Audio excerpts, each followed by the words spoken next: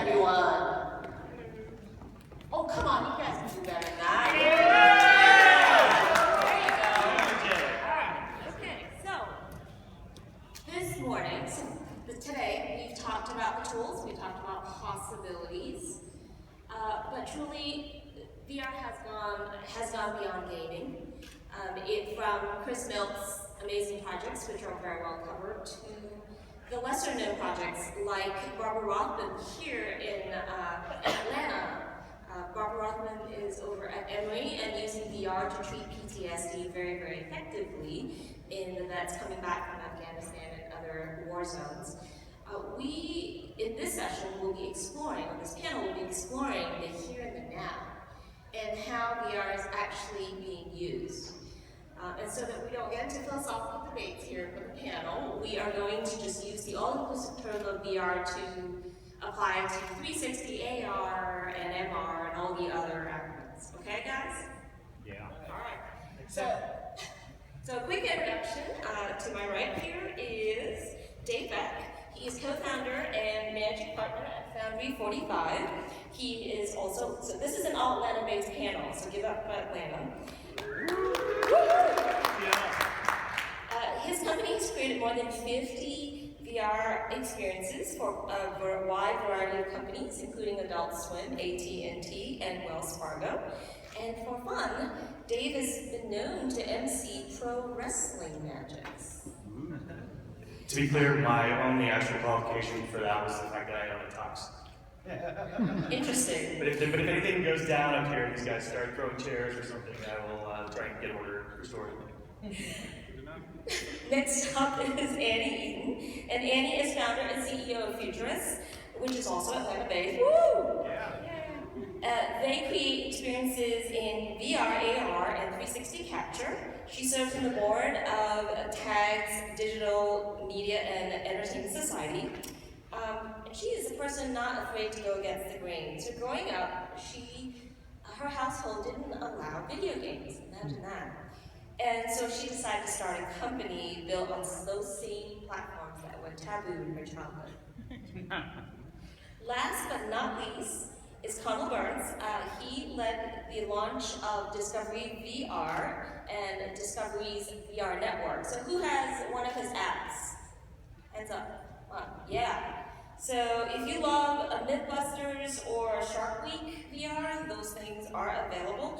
In fact, the app is now nearing 2 million in downloads. He is currently an advisor of Aireal, which is an AR startup that lets you and I place video, messages, photos at locations a la Pokemon Go. How about that? All right, so the first question is for Annie. So Annie, with clients, what generally starts their interest in the conversation to start a VR project? Yeah, well, so it hasn't been this way the entire time. There's been a lot of progress and a lot more awareness of the technology in the last year or so. But I would honestly say the initial excitement and interest is around the hype that they're seeing in the media. So, New York Times sent out Google Cardboards to all their home subscribers. A lot of my customers thought New York Times invented VR, and it was very exciting for them. And of course, they did such a huge thing that impacted our industry as far as awareness is concerned, and we're extremely grateful. But then that ended up starting the conversation on how we can apply the technology to their businesses. And with that hype, we always want to bank on that because it helps them in their marketing teams. But we also want to kind of reach beyond the hype and come up with an actual use case that will help their business either grow or reach new levels, or at least stay top of their game as far as technology is concerned. So I'd say it starts with the hype, and then it goes into a deeper conversation on what the technology means and then how it can be applied to their industry. So Conal, this is good for you. So you came from a brand. How did that project start? What was the genesis? Well, Discovery, when I was there, is a really interesting place because it's a 30-year-old TV company. It's in 200 countries. It's really well known for really well-known shows like Deadliest Catch and Mythbusters and Shark Week.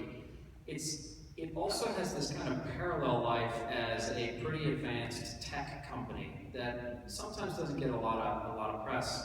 So it launched a 3D TV channel, and it knew that it needed to get into, and by the way, at the time that Planet Earth came out, it was very advanced technologically, it was one of the first big shows in HD, so it knew it needed to get into VR. And so at a big company like that, you kind of have to assemble a SWAT team. It's like Google's, 20% where they allow people to work on other stuff. That was a bit of the spirit of it. We assembled a bit of a SWAT team and went to the powers that be at the sort of C level of the company and said, if you get in early, you'll have a stakehold in this medium for years to come, ahead of, candidly, other networks, from Nat Geo to History and on down the line.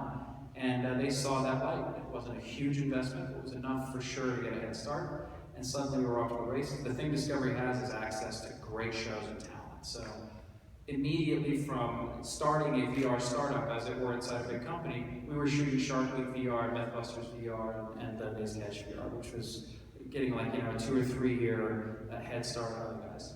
So how many meetings did it take? How many presentations, and how long did it take before the C-suite saw the light and said, oh yeah, okay? It took about 4 or 5, and it took about 2 or 3 months, only because, like Annie said, we were helped by the fact that the buzz was sort of overwhelming.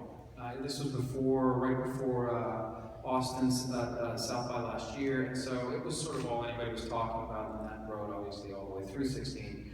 That helped us a ton. So we went from idea to funded inside the company in about 6 months. That's not a long time at all. Has that been your experience in terms of, do companies come to you with an approved project already, or do they come to you when they're still sort of in that conceptual getting buy-in from the C-suite stage? So for us, yeah, it really depends. Some groups are out there with very baked ideas, and they're actually really excited about doing a very specific project. There's a lot of other folks out there who've just kind of heard about the hype, and they're the ones that are kind of kicking the tires. We do a lot of informational meetings, a lot of demonstrations, because people it's such a new medium, they aren't necessarily sure how can they best use it. But they know that when they went to South by last March, we were there, and it was amazing how many people were actually VR virgins. The first time that they'd ever actually tried VR was at South by last year. And every day, those numbers get bigger and bigger and bigger.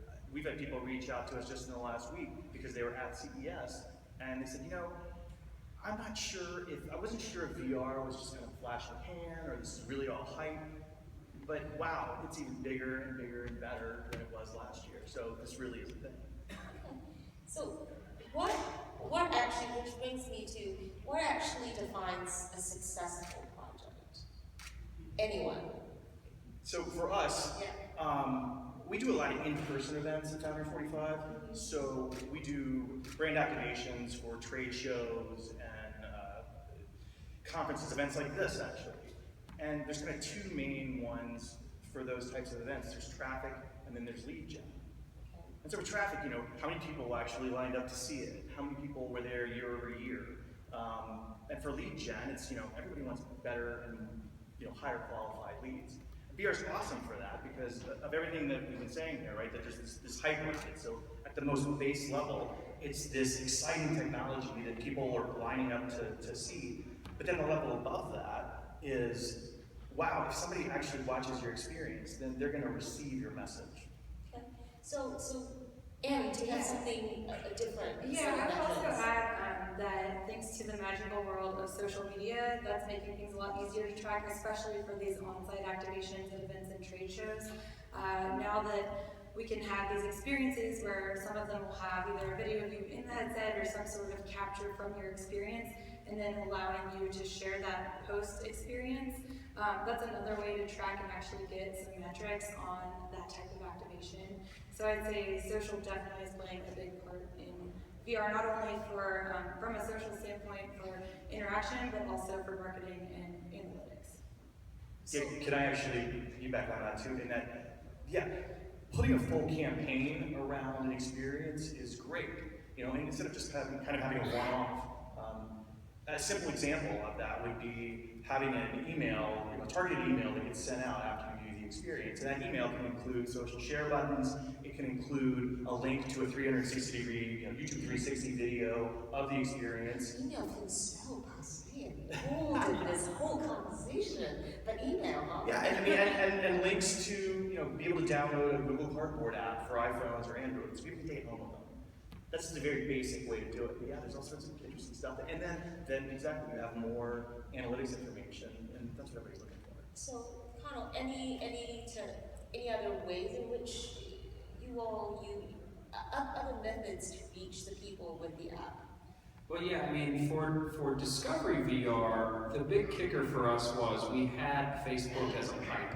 And so when Facebook 360 Video launched, it suddenly meant that we could put VR, an otherwise super bleeding edge, cutting edge medium, at least about a year and a half ago. We could actually put it in front of the masses at the same time. I mean, think about it, it's really rare. A new technology usually comes out, and it is a huge barrier to entry insofar as you've got to get early adopters, and then they got to tell their friends, and slowly but surely you'll hit mass.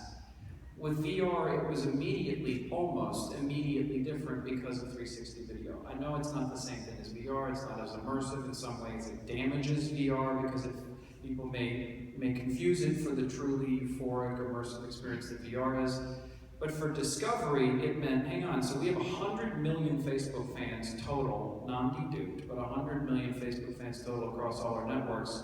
That's a pipe we can put every single VR asset we shoot, whether it's Shark Week or Survivor Man, in front of that many people and actually see what's going on. If only as marketing to get a rating, which could be a KPI when you're inside a TV company. So that's some of the ways they played with it. So that would be content that is passively consumed. Yes. Yeah, I would say virtual reality is really a very broad spectrum. I mean, so in many cases, and I oftentimes define 360 as VR, especially if it's viewed on a headset. It goes all the way up to computer-based virtual reality experiences on Vive and Rift. And with that spectrum, I feel like the 360 video movement has been kind of a blessing to lower the barrier of entry and then get people excited about something and then want more and then move on to those more in-depth and immersive types of experiences. It's a gateway drug. Yeah. Okay, so let's stay on that topic of adoption. So clearly, the proliferation or the lack of proliferation of headsets is a barrier to true immersive, multi-path type, truly interactive VR content. What can be done? I'm going to kind of put you guys in the spot. I know we didn't talk about this, but I'm going to put you on the spot. Any ideas of what can be done? What should be done? Or what other? You mentioned the 360 is a gateway drug. What's the next? When there's a big barrier to entry, the content just has to give people a really good reason. I think for great content, people will do just about anything. Gaming is a great example. I mean, my kids play Skyrim or Assassin's Creed or all these games they shouldn't be playing because they're way too young. But these games are incredibly complicated and involve a lot of commitment to the game. They involve, in many cases, a lot of gear you have to buy, and now a lot of VR gear, especially if you're on a PlayStation. That barrier to entry just doesn't exist if the content is really good. I think flipping over to VR, my sense, and we talked about this a little bit before the panel, my sense is that VR hasn't quite, in some ways it will be a great entertainment medium. I think in other ways it hasn't quite found its sweet spot as what it's also going to be, and I think that will be utility. So, from Variable Labs to Foundry 45 to Virtually Better, all of those are Atlanta-based companies, by the way, who approach VR as a bit of a utility. So, how can I use VR toward another end, either helping a business deliver a message, helping a patient get better, helping a company train its employees. That's a whole other space of VR that for me, a year ago, no one was really talking that much about on panels.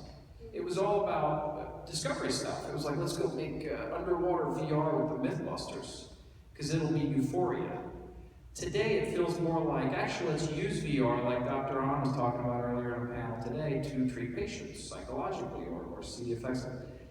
I think that's a whole new space that's going to maybe even dominate, that and gaming, maybe even dominate VR. Yeah, and I mean, one other thing that we see is that it doesn't scale super well, but it really boils down to when you can actually get somebody to put the headset on. There's a moment where everything becomes bright. And it's funny, even downstairs, just giving demos earlier today, we see people that have never tried it before, and they put it on and you watch their expressions, they finally realize they can actually turn around and see behind them and whatnot. And so a big piece of it is just getting it out there as much as possible. And lowering the cost of those headsets. And yeah, that's coming. Yeah, okay. Yeah, and a lot of that's going to kind of come down to the hardware manufacturers. Like we saw last year, NVIDIA came out with their latest graphics card. It's 4 times as powerful for the same price. And it's like, you've been holding out on us. We know it's there. So as long as we continue to make innovations like that and bring the cost down, I mean, so like the Vive, for example, is $800 for the headset and the controllers and everything. I mean, that's how much people pay for an iPhone. It's not that much different, but I do agree that it is going to be that content that really drives the purchasing of the hardware. What about business applications? Not beyond the trade show, beyond the lead gen. What about training? What about behavioral changing? Yeah, I mean, so we're working on one in the retail space doing packaging and like layout testing for retail.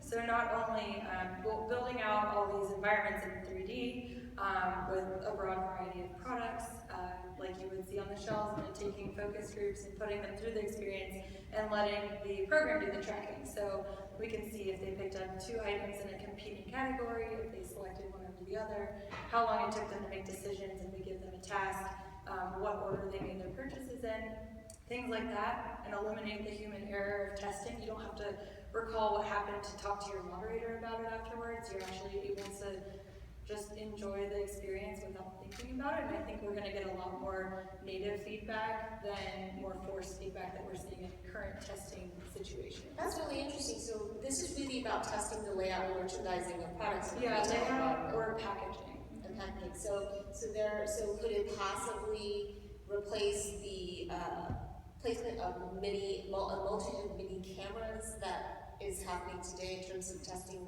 retail stores layout? That's potentially, yeah. Any comments on to add or to counter that? Yeah, we actually have been doing a lot of recruiting applications. So think about it, if you're trying to get somebody that lives in LA and interested in coming to Atlanta, what better way than to actually show them what it's like to be in Atlanta? So we created an experience that shows the working space, shows the surrounding community. It just gives them a reason, why to care, why they should care about it. And some of that stuff that we're doing for cardboard apps, so they're easy to be shared. And then at the end, there's calls to action. You can go ahead and contact somebody about the job, or see job listings, or all sorts of stuff like that. So I'm going to pose this to Annie and Dave. What is the most meaningful project to you That we've worked on? Yeah. I've got I a don't good want to one. follow you. Okay, you go first. No, you go first. Okay, so about a year ago, our company got the opportunity to work with a nonprofit called the Alchemy Sky Foundation. They're Atlanta-based. They do a lot of work with music therapy. So we went and filmed music with a choir, with a full band around it, and actually brought that as an experience for music therapy to retired veterans living at the VA hospital. And they actually were— That's a tough one. I see why. But no, it was a fantastic experience, not only for us to see their reactions, but the fact that they gave us the feedback that they finally got to leave the hospital, which hadn't happened for some of them in years. Many of them either wheelchair bound or bed bound, never really thought that anything like that could happen to them ever again.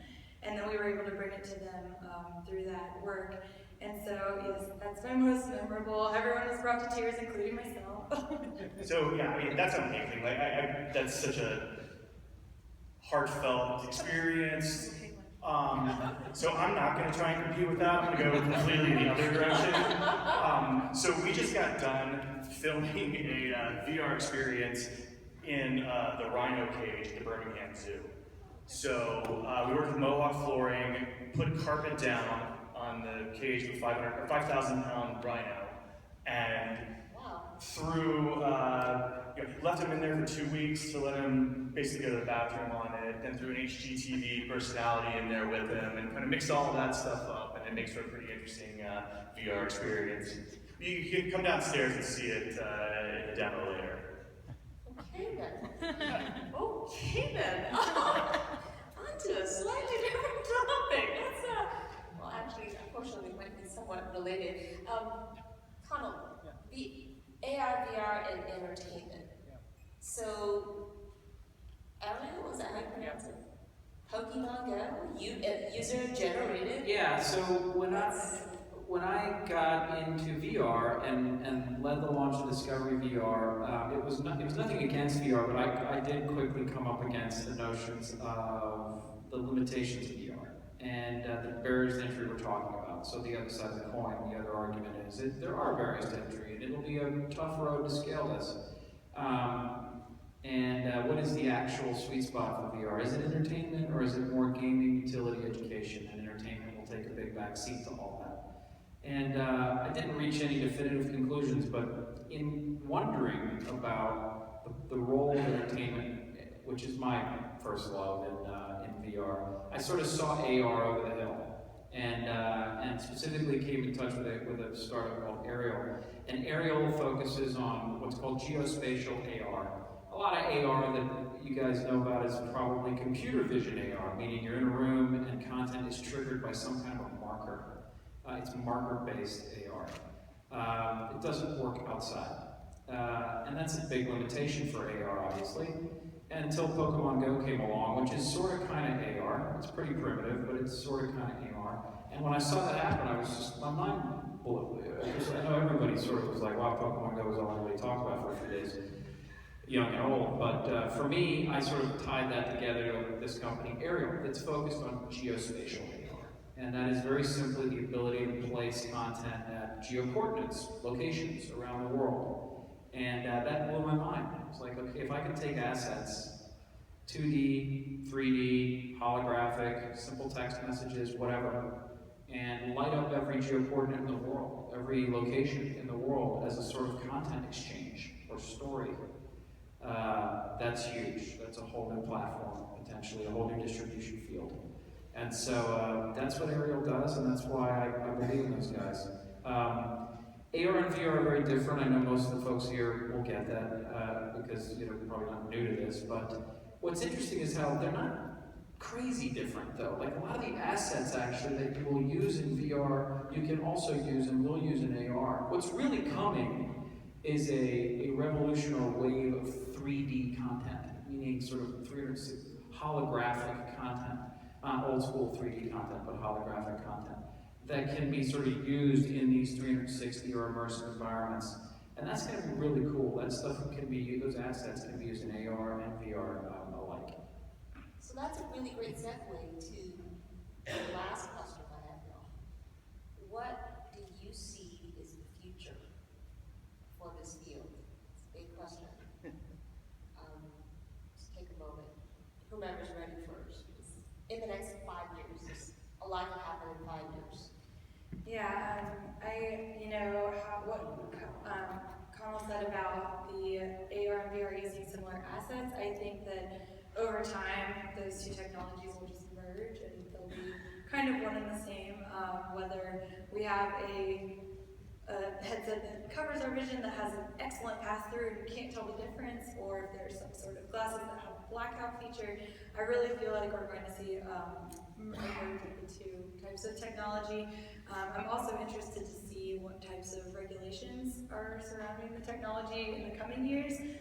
Right now, and it's kind of a benefit to all of us working in it now, it's the Wild West, and we kind of get free reign of what we're doing. There are checks and balances for certain aspects of it, but there's not as much regulation as other industries like in entertainment and gaming. So that's another thing I see shaping in the next few years, but I really don't know how it's going to happen. Okay, we'll put a pin on the whole regulation thing, Yeah. so I want to hear from Dave. Yeah, I mean, as an owner of a virtual reality company, obviously I'm very bullish on the technology.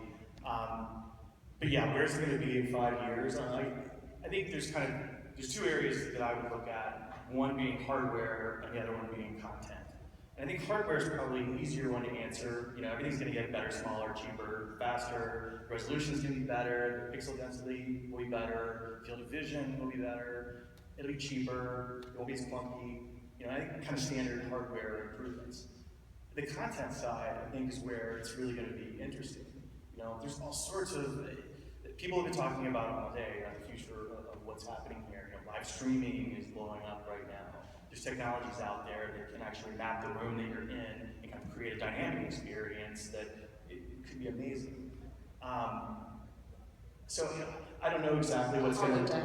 Yeah, exactly. I don't know exactly where that's going to lead. But one thing that I am confident about, and one of the things that we kind of talked about here for this event, is that Atlanta is in a brilliant place to be able to capitalize on that, because I mean, we specifically work with business-type VR, and every company has their headquarters here or a large presence. There's an amazing ecosystem of large agencies and production houses. Well, I believe we're the city with the third largest concentration of Fortune 500 companies. Yeah, and we're the third, I think they were saying earlier, we're the third largest film group as well. And what's coming out of GSU here is amazing, and SCAD, and Georgia Tech. And we kind of combine all of that and shake it up, and all the other people that are working in this space. And it's super exciting to be here right now. So I'm also very bullish on what's happening with Atlanta. Okay, so we have two bowls. Do we have better? No, I'm on board too. I think in 5 years, VR has fully disrupted education, travel, sections of entertainment like sports and concerts will sell VR downloads to live shows. Just full disruption. I think AR, I don't think you'll leave your house in 5 years without at some point in a trip out of your house using an AR app. I think that's just a fact. You won't even leave your house eventually. And that's sort of the second part, actually, of the point is that, you know, we sort of talked about this a little bit, but is the multiverse, it's not 5 years away, but is this sort of Ready Player One multiverse 10 or 20 years away where you really do have a choice of, do I leave my house or do I just hang out here and that's the next sort of iteration of Facebook? I don't know. But I think in 5 years, it'll be a good place. I do think a lot of the hardware is going to start going fast. I think glasses come back in a cool way. Apple probably leads that in a very cool way and makes it less embarrassing and silly to wear this stuff. And you know that's important. It's something like that. Okay. And this would be the last, the very, very last. I'm sorry. I said it was going to be less than time. What's the one thing that you want to leave these folks with? The one thing. It can be bullish, it could be bearish, it could be caution. Right now is a great time to get into VR. You know, it's still early days.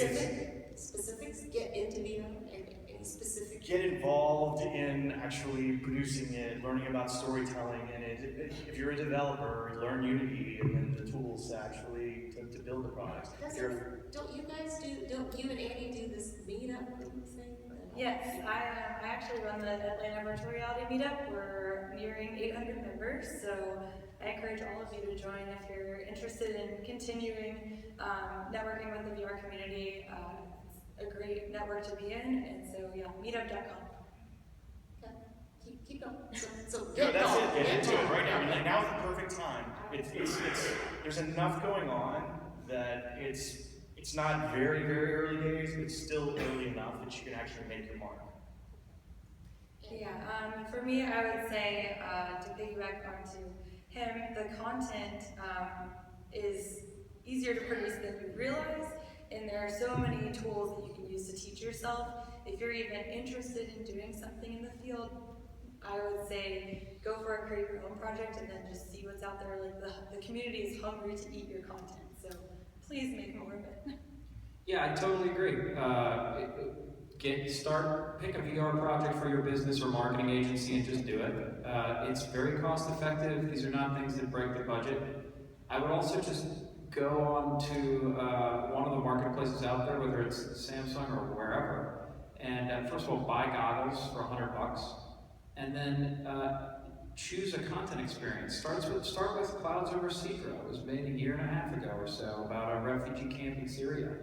Just takes a few minutes and it will put you in a refugee camp in the POV of a girl, and it's mind-blowing. I mean, you can read all the Syrian refugee stories you want, but then you see Clouds Over Cedar in 360 and you will 100% know a little bit more than you did about what that crisis is like. So get into it.